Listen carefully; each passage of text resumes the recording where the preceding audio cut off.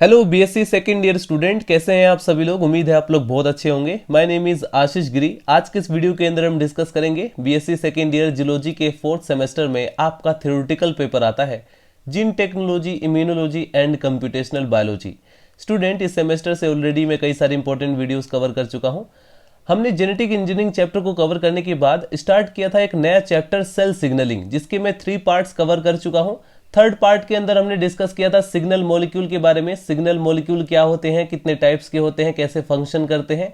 इसके बाद आज के इस वीडियो के अंदर हम कवर करेंगे सेल सिग्नलिंग का पार्ट नंबर 4, जिसमें हम डिस्कस करेंगे रिसेप्टर के बारे में। रिसेप्टर क्या होते हैं, कितने टाइप्स के होते हैं और किस प्रकार से फंक्शन करते हैं। स्टूडेंट, यदि आप लोग आगे चल करके एमएससी करते हैं या किसी मेडिकल एंट्रेंस एग्जाम की प्रिपरेशन करते हैं या CSIR नेट लाइफ साइंस की प्रिपरेशन करते हैं तो सेल सिग्नलिंग चैप्टर काफ़ी ज़्यादा महत्वपूर्ण है। इस चैप्टर को बिल्कुल भी स्किप ना करें, क्योंकि ये आने वाले जो कॉम्पिटिटिव एग्जाम है उसके लिए काफ़ी ज़्यादा बेनिफिशियल होंगे। चलिए स्टूडेंट, वीडियो को स्टार्ट करते हैं। यदि आप लोग बीएससी के कॉन्सेप्ट को हिंदी में समझना चाहते हैं तो आप इस चैनल से जुड़ सकते हैं। हेडिंग डाल लीजिए सेल सरफेस रिसेप्टर। यहां पर देखिए डायरेक्टली सेल सरफेस रिसेप्टर को डिटेल में पढ़ाया गया है, लेकिन मैं आपको सिंपली बताऊं तो रिसेप्टर क्या होते हैं। ये एक तरीके से केमिकली प्रोटीन या ग्लाइकोप्रोटीन के बने होते हैं और ये 2 प्रकार के होते हैं। अगर आप लोग रिसेप्टर को डिवाइड करें तो ये 2 प्रकार के होते हैं। एक होते हैं सेल सरफेस रिसेप्टर, एक होते हैं इंट्रासेल्युलर रिसेप्टर। मैं आपको यहाँ पर कुछ डायग्राम की मदद से समझाने की कोशिश करता हूँ। जैसे ये हमारी कोशिका है, अगर रिसेप्टर यहाँ पर इसके सेल्स के सरफेस पर प्रेजेंट है तो इसे हम बोलेंगे सेल सरफेस रिसेप्टर। लेकिन जैसे ये हमारा न्यूक्लियस है, अगर रिसेप्टर यहाँ पर प्रेजेंट है तो ये यानी कि सेल के अंदर प्रेजेंट है तो इसे हम बोलेंगे इंट्रासेल्युलर रिसेप्टर। तो इस प्रकार से रिसेप्टर 2 प्रकार के हो गए। एक तो सेल सरफेस रिसेप्टर जो कि सेल के सरफेस पर प्रेजेंट है, एक है सेल के अंदर प्रेजेंट है, साइटोसोल के अंदर या फिर न्यूक्लियस के अंदर। तो ऐसे में हम इसे क्या बोलेंगे, इंट्रासेल्युलर रिसेप्टर। ठीक है, तो 2 प्रकार के रिसेप्टर यहाँ पर पाए गए हैं। हम यहाँ पर डिटेल में पढ़ेंगे सेल सरफेस रिसेप्टर के बारे में। तो जो हमारी टारगेट सेल्स होती है उनकी सतह पर अर्थात प्लाज्मा मेम्ब्रेन के सरफेस पर पाए जाने वाले रिसेप्टर सिग्नल ग्राही यानी कि सिग्नल को एक्सेप्ट करने वाले प्रोटीन होते हैं और ये 2 प्रकार से फंक्शन करते हैं। इनके 2 प्रकार के कार्य होते हैं। पहला तो ये साइटोप्लाज्म में जो हमारी साइटोसोल होती है उसमें सिग्नल प्रोटीन को पहुंचा देते हैं। दूसरा कार्य होता है साइटोसोल में यानी जो हमारी साइटोप्लाज्म है उसमें केमिकल रिएक्शंस की एक चेन को प्रारंभ कर देते हैं, जिसे हम बोला जाता है सिग्नल ट्रांसडक्शन पाथवे। एक के बाद एक सिग्नल प्रोटीन को एक्टिवेट किया जा रहा है और फाइनली क्या होता है, न्यूक्लियस तक पहुंचने के बाद हमें जीन एक्सप्रेशन देखने को मिलता है। ठीक है, फाइनली जो लास्ट मॉलिक्यूल होगा वो न्यूक्लियस के अंदर पहुंच करके जीन एक्सप्रेशन के लिए रेस्पॉन्सिबल होता है। ठीक है, तो ये 2 प्रकार का फंक्शन होता है रिसेप्टर का। इसके बाद आगे आपको यहाँ पर लिखना है स्टूडेंट, सेल सरफेस रिसेप्टर को निम्नलिखित वर्गों में बांटा गया है। पहला है चैनल से जुड़े हुए रिसेप्टर, दूसरा है जी प्रोटीन कपल रिसेप्टर, तीसरा है रिसेप्टर प्रोटीन टायरोसिन काइनेज होता है और चौथा है साइटोकाइन रिसेप्टर तथा non receptor protein tyrosine kinase और नंबर 5 होता है अन्य एंजाइमेटिक क्रियाओं से जुड़े हुए रिसेप्टर। तो आइए सबसे पहले हम जानते हैं चैनल लिंक रिसेप्टर के बारे में। हालांकि स्टूडेंट यहाँ पर रिसेप्टर आपको बहुत अच्छी तरह से समझ में नहीं आएगा या सिग्नल मॉलिक्यूल अच्छी तरह से समझ में नहीं आएगा जब तक कि आप लोग पाथवेज को ना पढ़ लें। पाथवेज को जैसे ही पढ़ेंगे आपको समझ में आ जाएगा कि सिग्नल मॉलिक्यूल का क्या फंक्शन था और रिसेप्टर का क्या फंक्शन था। जैसे अगर आप लोग जब तक नदी में नहीं कूदेंगे तब तक कि आपको तैरना नहीं आएगा। ठीक है, तैरने के लिए आपको कूदना ही पड़ेगा। लेकिन यदि कोई स्टूडेंट जिद करने लगे कि नहीं, जब तक मुझे तैरना नहीं आएगा तब तक मैं नदी में नहीं कूदूंगा, तो वो रह जाएगा, वो कभी नहीं तैर पाएगा। ठीक है, वही चीजें यहाँ पर भी मैं आपको समझा रहा हूँ कि अगर आप लोग थ्योरी समझ लेंगे तो प्रैक्टिकली भी आपको समझना आसान हो जाएगा। ठीक है, तो ये जो चैनल लिंक रिसेप्टर होते हैं स्टूडेंट, ये आयन चैनल्स होते हैं जो कि निकटवर्ती कोशिकाएं जो नेबरिंग सेल्स होती हैं उनके बीच सिग्नल का ट्रांसमिशन करते हैं। वास्तव में ये ट्रांस मेम्ब्रेन प्रोटीन के मॉलिक्यूल होते हैं। इन्हें लिगेंड गेटेड चैनल्स भी कहते हैं। ये तंत्रिका कोशिकाओं एवं संवेदी व तंत्रिका कोशिकाओं के बीच साइनेप्स पर साइनेप्टिक सिग्नल को तेजी से प्रेषित करते हैं, उसका ट्रांसमिशन करते हैं और इस प्रकार के सिग्नल ट्रांसमिशन में न्यूरोट्रांसमीटर सहायक होते हैं। चैनल से संबंधित जो रिसेप्टर्स होते हैं वो न्यूरोट्रांसमीटर से बन जाते हैं, जिससे कि चैनल प्रोटीन में कुछ फंक्शनल चेंजेस आ जाते हैं। ठीक है, उसके मॉर्फोलॉजी में कुछ चेंज आ जाता है और चैनल ओपन हो जाते हैं और इन खुले हुए चैनल से विशिष्ट एवं लक्ष्य आयंस जो होते हैं यानी जो टारगेट आयन होते हैं वो प्लाज्मा मेम्ब्रेन से होकर के साइटोप्लाज्म में पहुंचते हैं और आयन के मुक्त होने पर जब ये चैनल से संबंधित प्रोटीन अपनी सामान्य अवस्था में लौटती है तो चैनल बंद हो जाते हैं। इसके बाद स्टूडेंट नंबर 2 टाइप का जो रिसेप्टर आता है वो है जी प्रोटीन कपल रिसेप्टर्स। ये रिसेप्टर ट्रांस मेम्ब्रेन प्रोटीन के बने होते हैं। ट्रांस मेम्ब्रेन प्रोटीन यानी जो ऐसी प्रोटीन जो कि प्लाज्मा मेम्ब्रेन को क्रॉस करती है। और ये जो जी प्रोटीन कपल रिसेप्टर होते हैं ये प्लाज्मा मेम्ब्रेन को 7 टाइम क्रॉस करते हैं। जैसे कि आप लोग काउंट कर सकते हैं 1 2 3 4 5 6 7 7 टाइम क्रॉस करते हैं।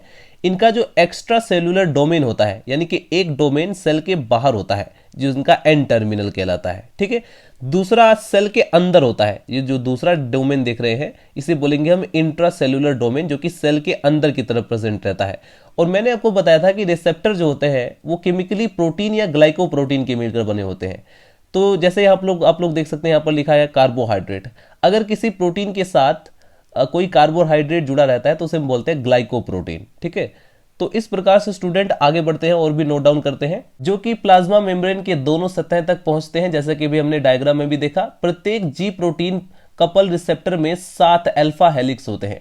ठीक है, हमने ये जो है 7 टाइम प्लाज्मा मेम्ब्रेन को क्रॉस करता है। लिगेंड इस रिसेप्टर प्रोटीन की कोशिका की सतह से बाहर निकलते हुए डोमेन से जुड़ता है। जो इसका एक्स्ट्रा सेलुलर डोमेन है वहां पर लिगेंड आकर के जुड़ता है, जिससे इसके रिसेप्टर प्रोटीन में स्ट्रक्चरल चेंजेस आ जाता है। और इस चेंजेस के कारण रिसेप्टर प्रोटीन का जो भीतरी हिस्सा है जो कि जी प्रोटीन से जुड़ा रहता है, वास्तव में जी प्रोटीन प्लाज्मा मेम्ब्रेन की भीतरी सतह पर स्थित होती है और रिसेप्टर के जी प्रोटीन से जुड़ने पर जी प्रोटीन एक्टिवेट हो जाता है। ठीक है, अभी मैं आपको डायग्राम में भी समझाऊंगा क्योंकि इतना आसान नहीं होता है थ्योरेटिकली समझ पाना, लेकिन जब हम डायग्राम में समझेंगे तो बहुत अच्छी तरह से समझ में आ जाएगा। अभी आप लोग बस इसको नोट डाउन करते रहें।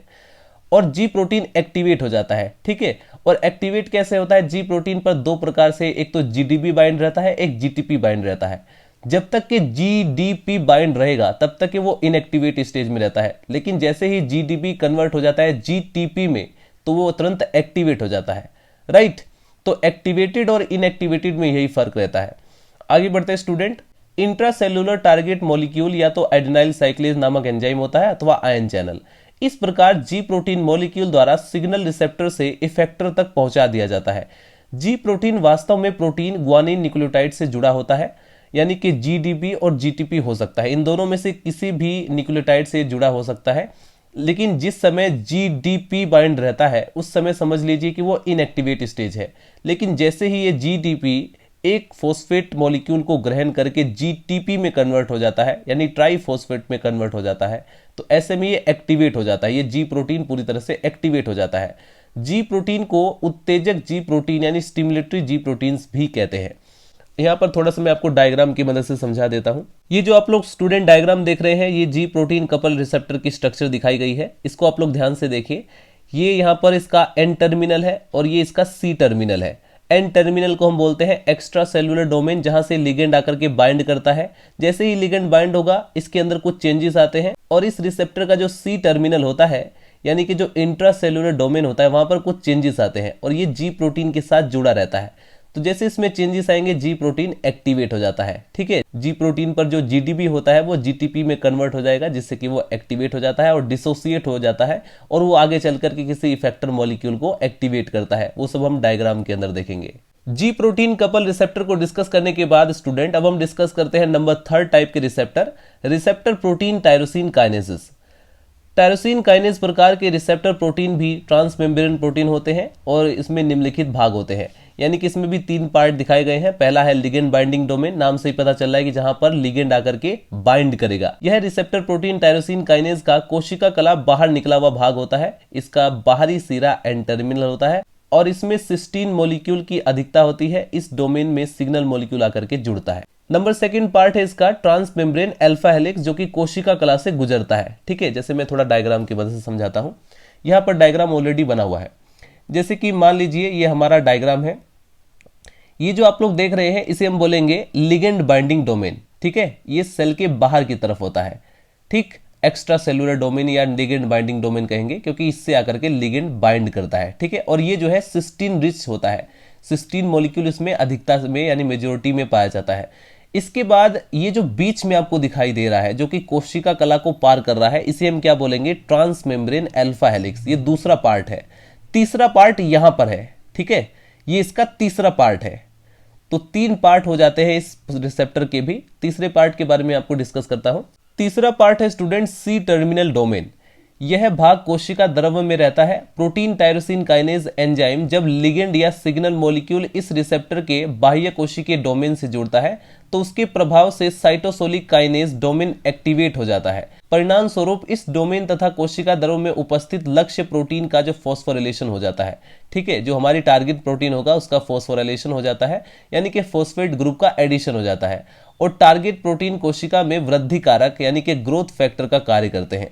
इसके बाद स्टूडेंट हम डिस्कस करते हैं नंबर 4 टाइप के रिसेप्टर के बारे में, cytokine receptor and non receptor protein tyrosine kinases.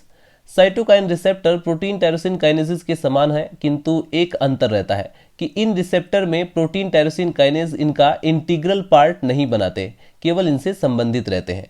Cytokine signal molecule या लिगेंड इनके एन टर्मिनल वाले डोमेन से जुड़ता है तथा इनका C terminal non receptor protein tyrosine kinase से जुड़ता है। अब लिगेंड इनके एन टर्मिनल डोमेन से जुड़ता है तो इनका non receptor protein tyrosine kinase activate हो जाता है और इनके एक्टिवेट होने के लिए यानी सक्रिय होने के लिए साइटोकाइन लिगेंड का एक साथ 2 रिसेप्टर मॉलिक्यूल का जुड़ना आवश्यक होता है। जैसे कि आप लोग डायग्राम में देखेंगे, यहाँ पर आपको 2 रिसेप्टर दिखाई दे रहे होंगे। अगर ये दोनों रिसेप्टर एक साथ वर्क नहीं करेंगे तब तक के सिग्नल का ट्रांसमिशन आगे नहीं हो सकता है, ठीक है। तो इसलिए इन दोनों को एक साथ फंक्शन करना पड़ता है। यहाँ पर साइटोकाइन एक तरीके से लिगेंड की तरह वर्क करता है और पार्ट में भी आप लोग ध्यान से देखें तो इसके भी 3 पार्ट होते हैं। ये है इसका एक्स्ट्रा सेलुलर डोमेन जिसे हम एन टर्मिनल बोलते हैं। ये है इसका ट्रांस मेम्ब्रेन अल्फा हेलिक्स जो कि प्लाज्मा मेम्ब्रेन को पास करते हुए रहता है, ये इसका दूसरा पार्ट है। और ये है इसका इंट्रा सेलुलर डोमेन, ठीक है। इसका तीसरा पार्ट है जिसे बोले नॉन रिसेप्टर टायरोसिन काइनेज, ठीक है। ये इसका सी टर्मिनल एंड रहता है। फाइनली स्टूडेंट अब हम डिस्कस करते हैं नंबर 5 टाइप के रिसेप्टर के बारे में, अन्य एंजाइमेटिक क्रियाओं से संबंधित receptor link to other enzymatic activities. कुछ रिसेप्टर जैसे for example protein tyrosine phosphatases, protein serine threonine kinases तथा ग्वानिलीन साइक्लेज अन्य एंजाइम संबंधी क्रियाओं से संबंधित होते हैं। कुछ रिसेप्टर प्रोटीन टायरोसिन फॉस्फेटेजेस की भूमिका नेगेटिव होती है। ये सिग्नलिंग पाथवे को बाधित करके प्रोटीन टायरोसिन काइनेज के प्रभाव को कम करते हैं। इसे हम एक पाथवे के अंदर में जब मैं डिस्कस करूंगा तो आपको समझाऊंगा किस प्रकार से कम करते हैं।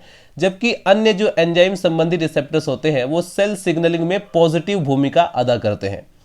तो स्टूडेंट्स यहां तक हमने सेल सिग्नलिंग के बेसिक्स को कवर कर लिया है। हमने जाना सेल सिग्नलिंग क्या होते हैं, सेल सिग्नलिंग कितने टाइप्स के होते हैं, हमने सिग्नल मॉलिक्यूल के बारे में जाना, हमने रिसेप्टर के बारे में भी जाना। अब हम स्टूडेंट पाथवेज को डिस्कस करेंगे। नेक्स्ट वीडियो के अंदर हमारा टॉपिक रहेगा कैंप पाथवे। ये कैंप पाथवे क्या होता है इसको हम काफी डिटेल में पढ़ेंगे। तो स्टूडेंट्स मिलते हैं नेक्स्ट वीडियो में। अगर आपका कोई भी डाउट हो तो आप लोग कमेंट सेक्शन में मेंशन कर सकते हैं। मिलते हैं नेक्स्ट वीडियो में। Bye bye, Tata.